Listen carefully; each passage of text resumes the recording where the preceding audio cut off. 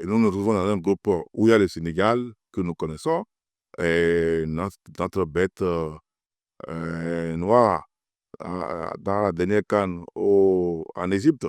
Je crois que c'est le Sénégal qui nous a éliminés en quart de finale. Et nous connaissons bien le Sénégal. Ils connaissent aussi le Bénin. Ensuite, nous nous sommes retrouvés déjà et encore en aller-retour au moins 2 fois de suite dans les éliminatoires.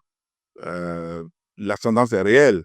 Quand on compare le Sénégal au Bénin, ils ont des stars que nous n'avons pas. Ça, c'est réel, il faut le reconnaître. Et leurs joueurs sont quand même crédités d'un certain niveau de participation dans les clubs, là, les championnats européens que nous n'avons pas. Bien, la RDC. La RDC que nous connaissons aussi, encore récemment, dans la qualification à la dernière Coupe du Monde, on les a joués au Bénin 1-1, je crois. On était allés chez eux, ils nous ont battus 2-0. On a vu toute la polémique qu'il y a autour avec des changements non autorisés. Bon, ils étaient peut-être la raison de la politique de football international que la politique ignore. Je crois qu'on aurait pu éliminer sur tapis vert la RDC. Mais ça n'a pas prospéré, puisqu'il faut reconnaître, comme il faut parler tout net, que la RDC est un cran au-dessus du Bénin. Mais ceci dit, le football aujourd'hui, c'est un jeu collectif. C'est un jeu qui se gagne quand vous êtes solidaire, quand vous jouez ensemble, quand vous jouez tous pour un et un pour tous. Et je crois que c'est ce qui fait la force du Bénin. On a une équipe homogène où il n'y a pas de prise de tête ou de grosse tête, ou non pas de star extravagant qui pense qu'il est au-dessus des autres, parce que tout le monde pense qu'il est au service de l'équipe et l'équipe est au service de tout le monde. Et puis le dernier, les crocodiles de Botswana, que nous ne connaissons pas, on ne les a jamais joués. Euh, on les a découverts dans les différentes confrontations continentales, mais on ne les a jamais joués. Pas plus que le Sénégal d'ailleurs. J'ai suivi un peu les déclarations.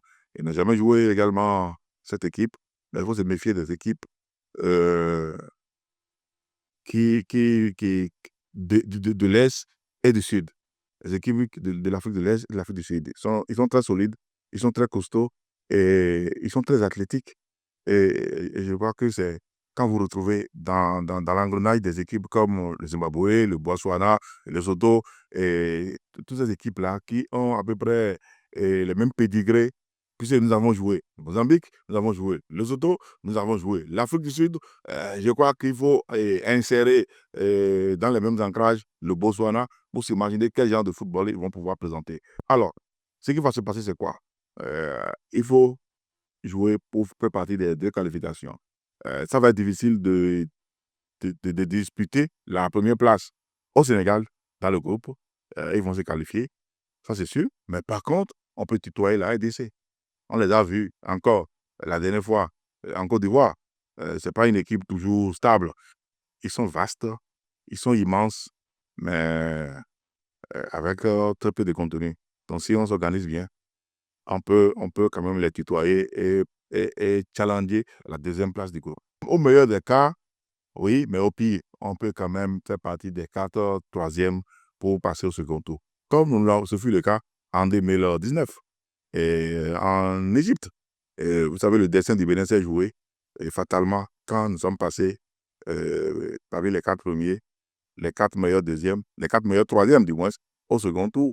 Et c'est ça, le Bénin s'est révélé davantage en tombant sur le Maroc, qu'on croyait pouvoir faire d'une bouchée. Et, et, et ce fut la grosse surprise des Marocains et la grosse révélation du Bénin à cette CAN-là. Alors, donc je crois bien que nous sommes capables de produire le meilleur de nous-mêmes. Et le Bénin est meilleur aujourd'hui qu'avant. Nous avons vu dans l'adversité comment nous sommes qualifiés en jouant à l'extérieur sur terrain adverse. Pratiquement, on a joué en Côte d'Ivoire et on est allé chercher notre qualification dans un pays très difficile. Et alors, le Bénin, aujourd'hui, a développé une certaine résilience pour obtenir certains résultats dans la difficulté. Ben, il fut un temps des générations en arrière, personne ne pouvait imaginer que le Bénin gagne le Nigeria. Aujourd'hui, nous gagnons le Nigeria. Nous avons gagné le Nigeria. Et la dernière fois, le Nigeria a failli nous humilier alors qu'il n'avait plus rien à jouer. Mais on a tenu tête. Encore à Abidjan, dans un match nul très serré. Alors, le Bénin a progressé. Et il faut reconnaître cela, que nous le devons à un championnat devenu très régulier et qui produit de très bons joueurs aujourd'hui depuis plus de 6 ans. Et ça contribue à produire des jeunes joueurs qui viennent renforcer quand même régulièrement aujourd'hui l'équipe nationale. Et avec un gardien très talentueux et qui fait ma fierté parce que c'est mon enfant et c'est le produit de Esaïe FC que tout le monde connaît. C'est avec ce gardien que nous avons fait les meilleurs exploits continentaux avec Esaïe FC, qui reste encore, hélas, le record que nous détenons encore pour le Bénin. Alors, donc, notre Dandinou, le petit Dandinou de Esaïe FC dans les buts, dans les cas aujourd'hui qui rassure et qui va encore connaître une nouvelle ascension, ça c'est sûr. Alors, rassurez-vous, nous allons sortir de cette poule, ça c'est sûr. Et le reste va dépendre des croisements qu'on aura en face. Mais le Bénin fera mieux qu'en Égypte.